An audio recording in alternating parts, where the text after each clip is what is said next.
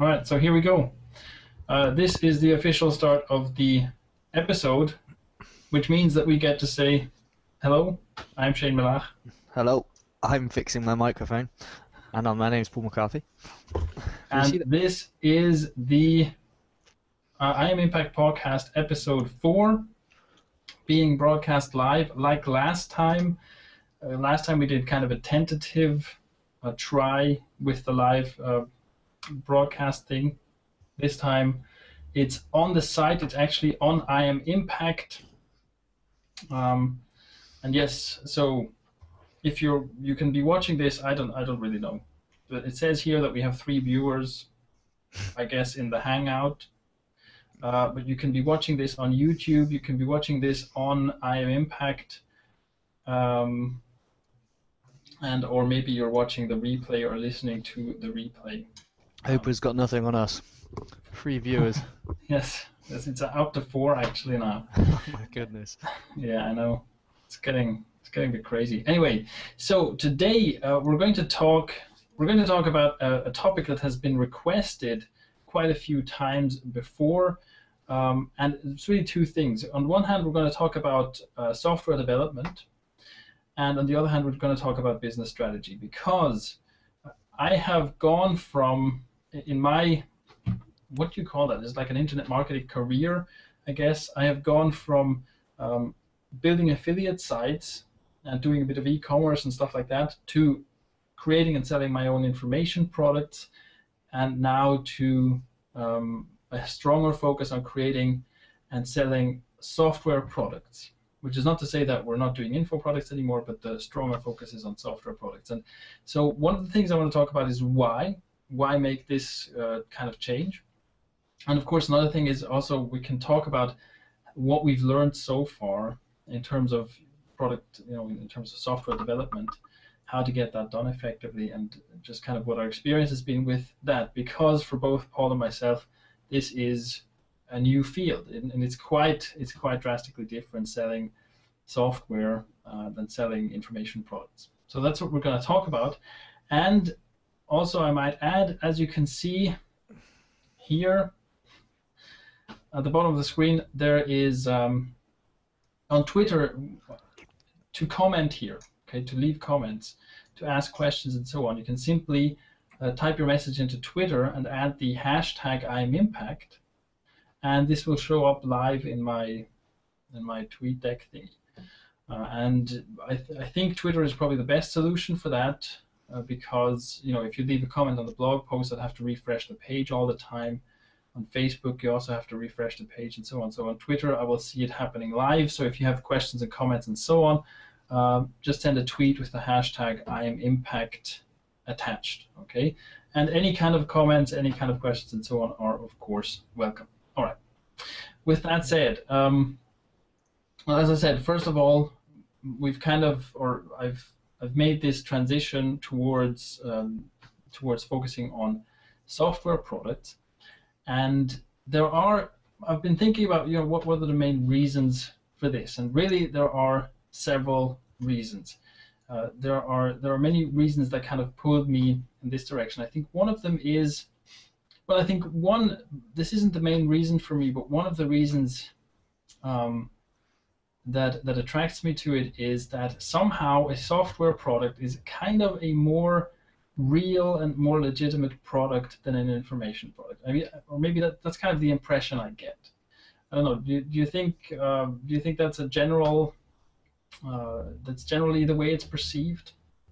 I know what you mean. I don't necessarily agree with that, but Hmm. I know what you mean. I think the perception is that if it's a piece of software, it does something for you, does a specific function, it's more of a tangible thing than a bit of information, which, you know, with internet, you can usually get the information for free. Hmm. Yeah, that's kind of the issue. But another thing is, one thing that kind of frustrates me a bit about information products, and I think the best example of that is Focus on Action. Okay, Focus on Action is a rather large course that I created on how to be more productive. And the reason I created it is because of demand, right? In surveys that I did, and generally from talking to people, I realized that for a lot of people in the internet marketing space, they have these ideas of what they want to do. They have a general idea of how to do it, right? They have, let's say someone starts a blog. Now, it's not difficult to come across all sorts of information on how you're supposed to do that, how you're supposed to build a successful blog. And some of that information is good information. But even if you do have a clear goal with your blog and you do have the right information, you do have good information, the most common problem that people encounter is that they don't actually get anything done. They don't actually do the stuff that they're supposed to be doing. So it's a productivity problem, it's a management problem, a time management problem perhaps, more than a problem of knowing what to do. So that's the reason I created Focus and Action. Because one of the things, and in case you saw the interview that David Mocheri did with me, the first thing he asked me is, how the hell do you do all the things you do? So people kept asking me, like, you seem to be very productive, how do you do that? So I put one-on-one together, made a product. Now, the frustrating thing about this is that I know I can look at my statistics, I can look at how much of the content is actually consumed. I can look at, for example, my video statistics and see how many of the videos are watched and what percentage of the videos are watched and so on. I know for a fact that the vast majority of people who buy Focus and Action will not even consume all of the content. And by extension of that, I can assume that they won't, let alone actually implementing anything that is taught in that course. And that is a bit frustrating. Of course, part of creating an info product is about finding out how to keep your customers, how to keep them engaged, how to make sure that they implement as much as possible, how to make it as easy as possible for them to implement what you teach and so on. But even with all that, you can't force them to do anything. So I basically know that there's a lot of people who have a productivity problem. They buy my product and they end up doing almost nothing. Mm-hmm. Even though I know that even if they just implemented like a quarter of the stuff discussed in that course, it would probably easily double their productivity. So that's frustrating. And that's a problem that you have less of with a software product. Yeah. Because if you look at something like Hybrid Connect, it will take a commitment, a time commitment of maybe 5 minutes to 20 minutes, and then it's set up on your blog, doing its work, that's it. Mm-hmm. So for you, it's more of a conscious problem then. Your conscious is kicking in saying, well, I'm selling them this product, but they're not necessarily getting the results that they wanted when they paid for it, so I don't want to sell too many more of those. Is that what you're saying? Well, that might be part of it, but it's also a product quality issue. Because if I sell you Focus and Action, and I'm just going to assume that what I said applies to most people, okay? Mm-hmm. And obviously we don't like to think of ourselves as that person, but like the average person, the average customer buying this course will get very little from it. So on the sales page, I promise this will make a big difference to your productivity, it will help your business and so on. Then you buy it, you watch the first 2 videos, you watch half of the third video, and then you think, oh, I'm going to do this later, and you never come back to it. Mm-hmm. So there's a big difference, even though it's your fault, there's a big difference between what I promised and the result you got. Mm-hmm. And it's a customer experience and the product quality issue that I can't fully eliminate. Right. Whereas even if it's your fault, it's still kind of, I didn't deliver, right? Even if it's your fault. Whereas with a software product, I can say, look, as I said, if you invest 5 minutes of your time in this, it will do exactly what it says on the tin. Mm-hmm. But then, just playing devil's advocate with Hybrid Connect, if you use that properly, that will get you a huge number of subscribers to your mailing list. If you buy Hybrid Connect and you stick it on your blog that gets no traffic, the same thing, right? You don't get the results that you promised on the sales page.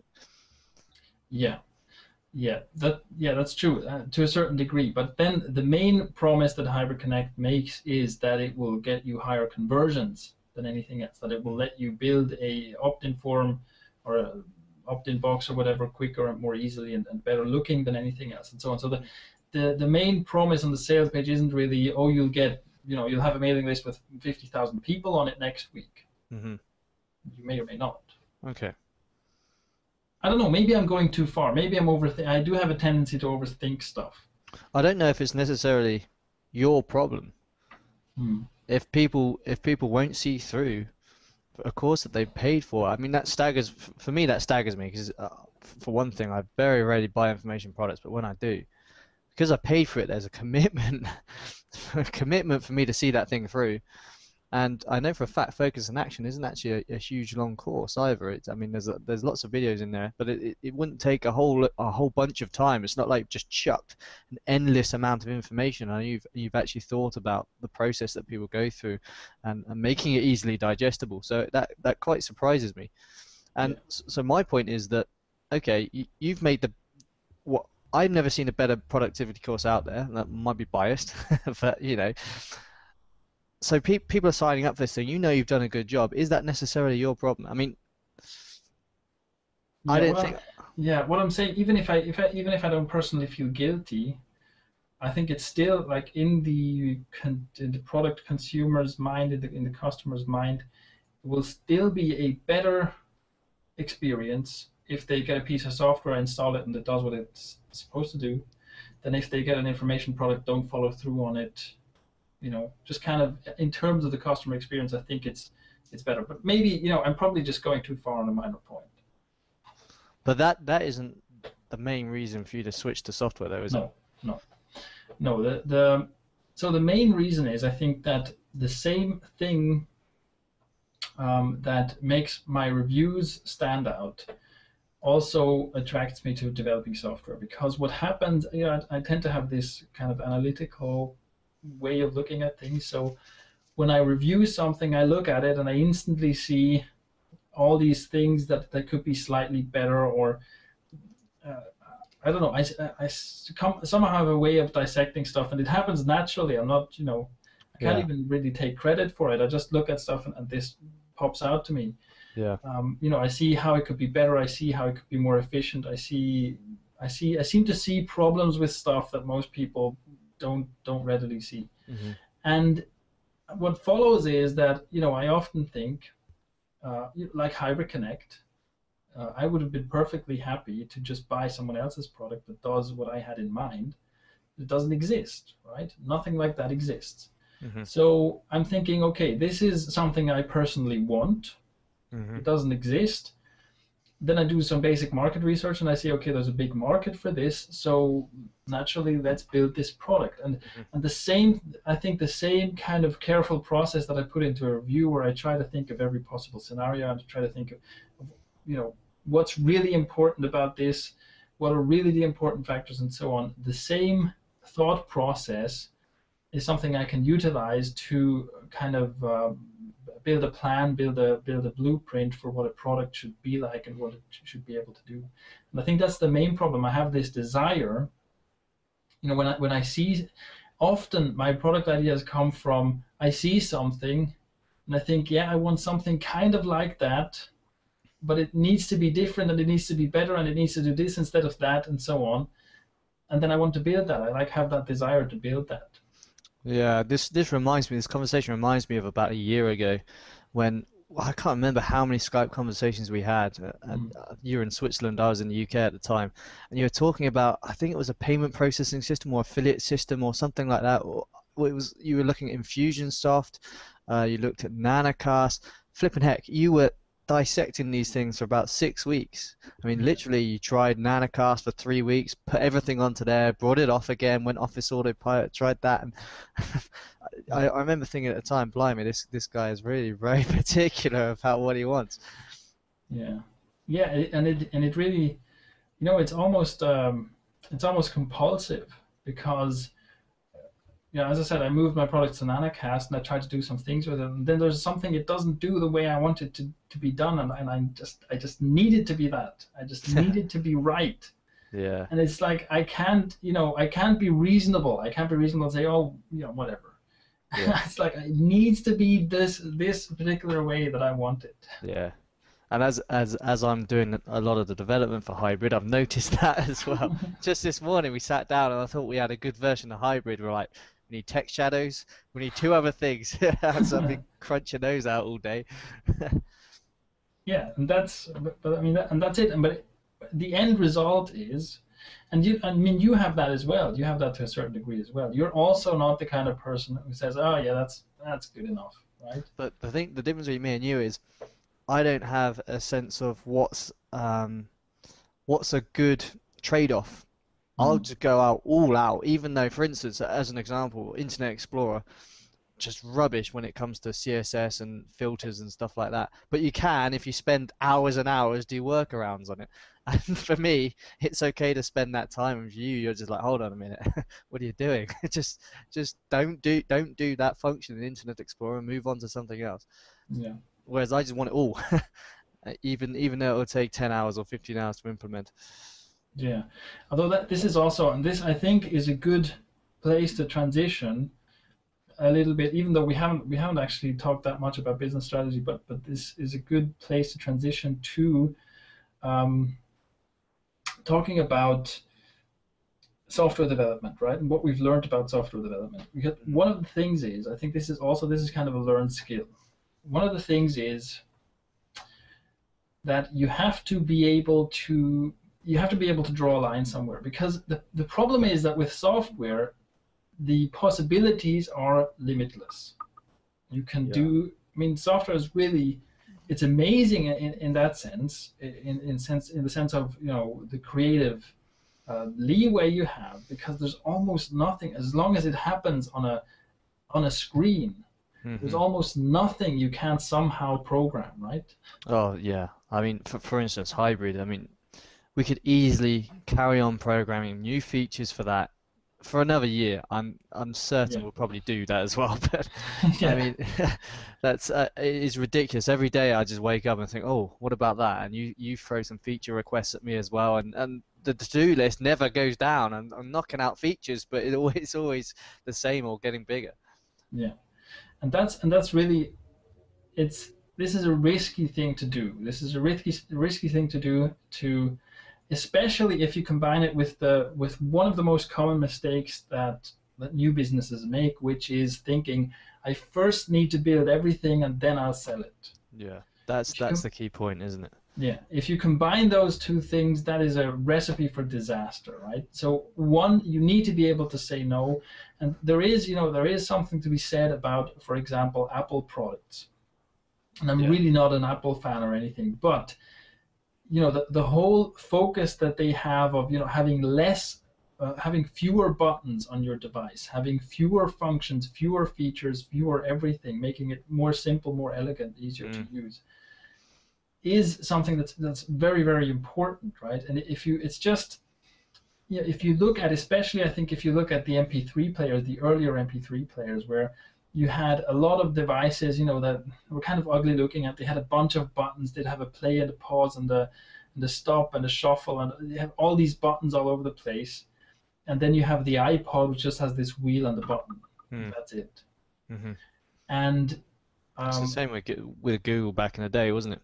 exactly, yeah, They exactly. just wiped out Yahoo, and all of a sudden this search engine came along, and you just had a search bar and a search, and that was it. Whereas Yahoo had flipping everything on their homepage, didn't they? Have Mhm. finance, education, the whole works. Google came along, just nothing but search. That's all we're gonna do, and we're gonna do it better than anyone else. Exactly. So you have to be able to say, okay, like, this is the line. My product is going to be the best at doing this, and it won't do any of that. Hmm. And it's also something, it's interesting. For example, I'm in contact with a guy who's developing Siteman Pro, which is a product delivery licensing platform kind of thing, which is what we use for our software. And we were talking about this as well. He had the same problem. He was thinking about developing features where, when we took a step back and actually looked at that, we had to say, look, there's really no point. This is a nice feature, but it would be much better to concentrate on the core of what this is supposed to do, Sure. and Yeah. not add in, whatever social media this or management that. Leave that up to other tools that are doing it better anyway. Yeah. What you really want to do is, in my opinion, is identify a base level of functionality. when you're developing a software, base level of functionality that you can use to pre-launch. And this base level of functionality is good enough to get people in at a lower price, for them to give you feedback, help you to identify what areas need improvement, help you to focus on certain features that are requested, and sometimes they're features that you won't necessarily have thought of either. And that's some of the features we're coming in that have been recommended for Hybrid Connect. We wouldn't have actually thought of those. That's really great feedback to have. And then you can really also you can measure how successful the pre-launch was. You can see how popular a product is likely to be. So, for instance, Hybrid Connect went pretty well pre-launch. So we're spending quite a lot of time investing in new features, making that as good as it can be, because we know there's a big market for it and we know it's sold well. So the signs are good. So you can limit your exposure a little bit by taking that approach. Mm-hmm. Yeah, and that's key. I mean, that's really important to do that. As you said, basically you have to have an idea for what's the absolute minimum of a product. What's the smallest iteration of this product that I can make and get out there in front of people, even if it's at a very low price, even if it's for free.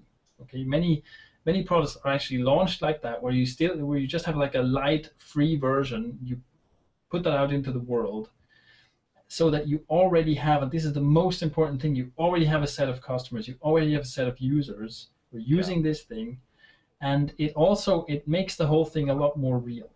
Like if you're just sitting here and you have this product that you're fiddling with, nobody knows about it, there's not a single customer, it's much easier to keep putting things off, and it's much easier to be very unclear about your priorities. Oh, listen, I did that. I did that absolutely for a year on the project, and you very well know I did this, and I spent a year developing a membership site and put everything into it before I even got one person inside, and I can tell you now it was the worst strategy. Mm-hmm. Yeah, because the thing is,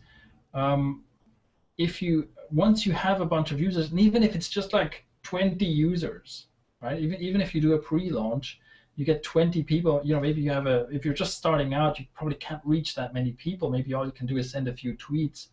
In the end, 20 people sign up. But even that makes it real, because now you have 20 people actually using this thing and telling you, hey, I found a bug here. Hey, why doesn't it do this and that? And of course, you still have to have the ability to say no to certain features. People will be requesting stuff where you just have to say, no, this isn't relevant enough. This isn't relevant for enough people. So we won't build this. You can't try and please everybody's every whim. But doing that, launching the smallest iteration, then working from there is definitely, I think that's like the number one thing for anyone thinking about developing software, already working on software. That's the number one thing you need to do, is you need to get the thing out. You need to get the thing into its whatever the minimum functioning form is, get it out, get people on board. And by the way, the whole Swiss made marketing thing, this is really the only piece of advice that Sam, the developer of SE Cockpit, needed when he met with me, which was now over a year ago. He showed me this thing and he said, I'm going to do this, I'm going to do that, and then half a year later I'm going to launch it. And I basically said, this looks good enough, why don't you launch it now? Right? That worked out pretty good. that worked out pretty good. Yeah, that's a fairly, it's growing into a kind of a big company now. But this is the thing. I mean, as a developer, sometimes you just get so wrapped up in what you're doing, and you just start, there's just one extra feature and that will make it all just perfect, and then you'll launch it, and then you get there and you're thinking, oh, hold on a minute, but what if it does? I'll do that. And then you just keep on just pushing the boundary, and there's no, like you say, there's no customers on board, you haven't any feedback, you could be going in completely the wrong direction, and your thing just could not sell. It might just not make any damn sales. And the other thing is, at a high level, we're talking about launching something at a real base level. You might think that, but what about the customers? They're going to get a raw deal off this, but it's not really a raw deal, because the first thing, you're going to offer them a cheaper price, and you're going to make it clear to them that this is a pre-launch. This isn't just trying to flog something that's rubbish. You try and get something in its base level, sell it to your customers, and they know what's going on here. They're getting a cheap price, but they're going to get updates for life. So when they come in and they give you feature requests, and you grow the product, they get all the iterations of the product sent out to them for free as a thank you, because what they're buying at the start might not be as polished as when you do a full launch to the public, but it works both ways. Yeah, yeah. And in my experience, well, there's two things. In my experience, first of all, in my experience, people love this. People love that. People love to be, if again you tell them what's going on, so they know I'm in this at the ground level. I kind of have influence here. Mm. I can interact. Most people love that. Also, people love a bargain. So Mm. I've never received a complaint from doing a pre-launch type thing. Mm. And what they really like, what I've noticed over the past few weeks with Hybrid Connect, is if somebody gets a feature request to you and a couple of days later you turn around and say here it is, and write a note and say download your next version, that is actually a massively positive experience, Yeah. much more positive experience than somebody who comes in when the software's completed, you're not doing any further feature requests, and they buy the full product. Exactly. Yeah, and the other thing is you're not selling them something that's half finished. The idea with iterations is, think about it. Let's say you want to do the most revolutionary task management app ever. What you do is you start out with like just a simple to-do list manager, right? All it does is it records your tasks and you can take them off. And that's the first thing you give people, and it does this little thing that it does. It does that. It works. It does it well, right? And then you slowly build on to that the other modules that you want and so on, and you slowly grow it into whatever this task management, project management thing is that you want to sell ultimately. Right. But the thing you sell is just a small component that already works. Mm-hmm. So it's not like they're getting something that's broken. Exactly, yeah. I think that's one of the biggest lessons I really needed when I started, because I wasted a lot of time developing stuff, and my approach would be I wouldn't do market research. I'd just very quickly scan the marketplace very quickly and just be like, okay, I would buy that, and then I'll spend a year building it. The worst strategy ever. Do not do that.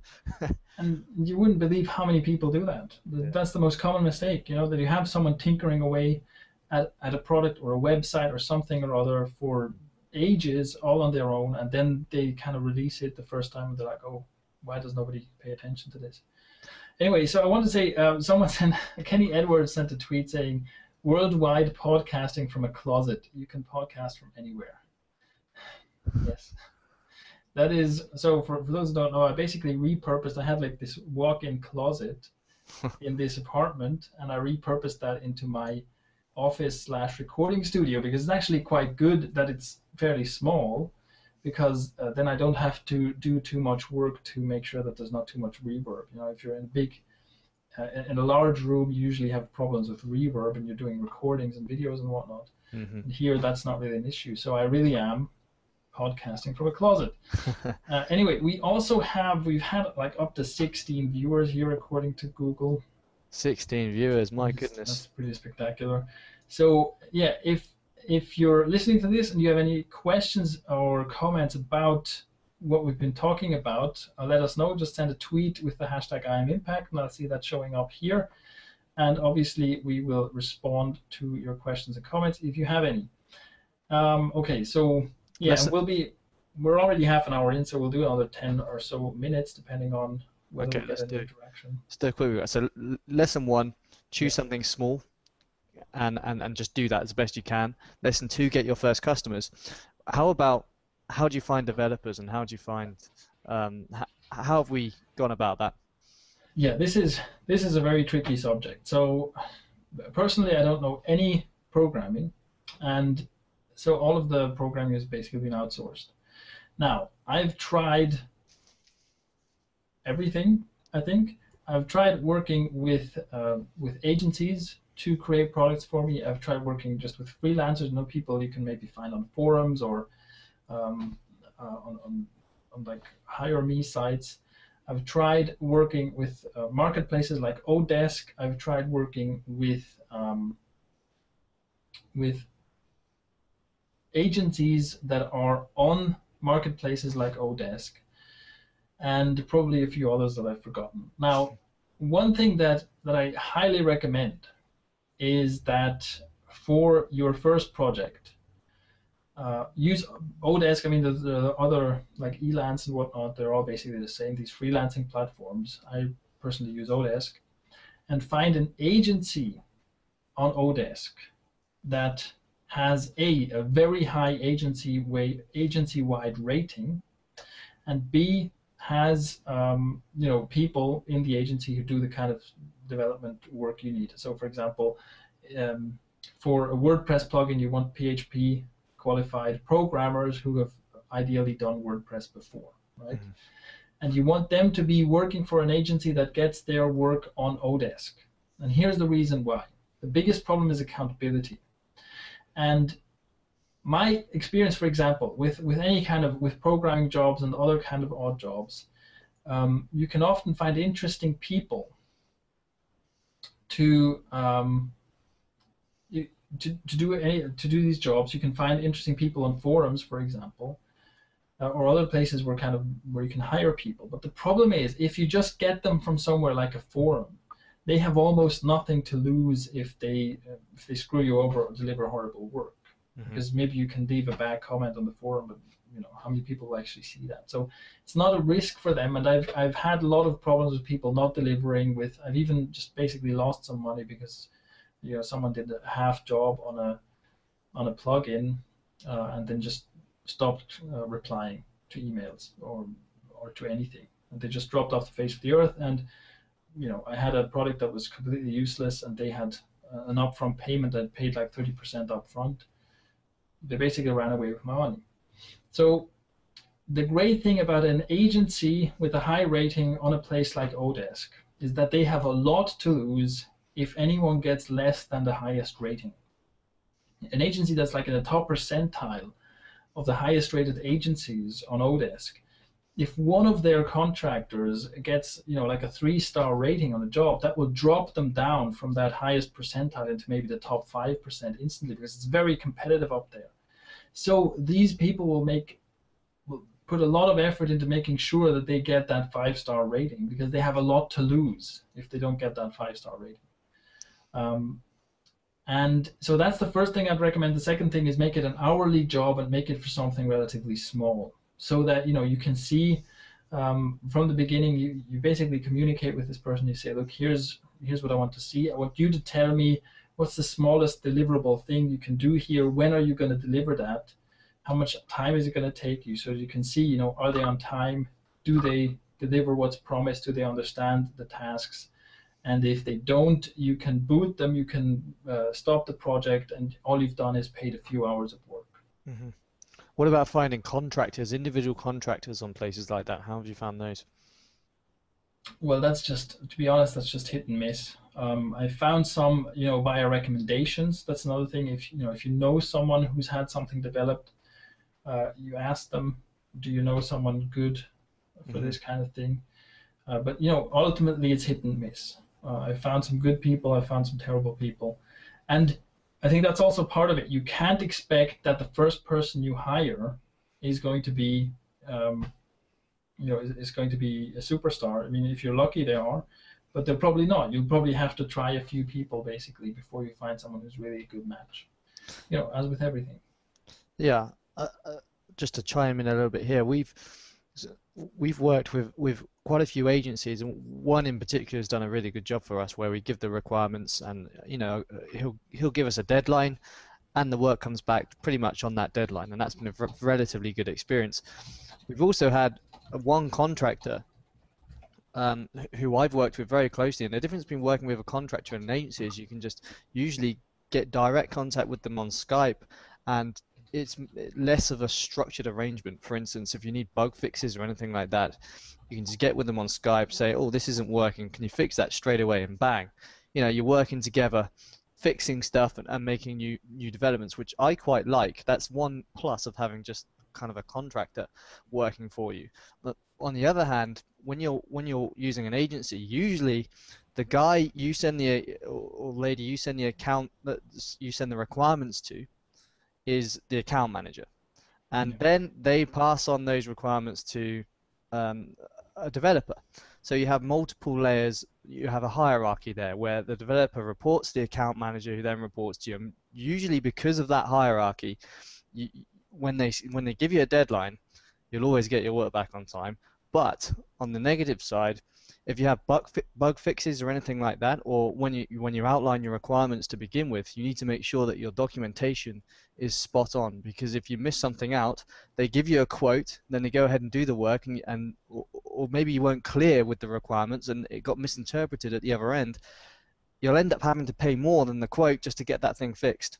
Yeah. And so, whereas with a contractor, you can usually pay on an hourly rate, and you can usually just cut that thing off. You know, if he's not doing good work, or if they're not doing good work within 5 hours or whatever, you can just cut that thing off straight away. And it's very easy, it's much more flexible, I find, working with an individual, but you usually get more reliability with an agency. Yeah. Yeah. I just got a question. What would you expect to pay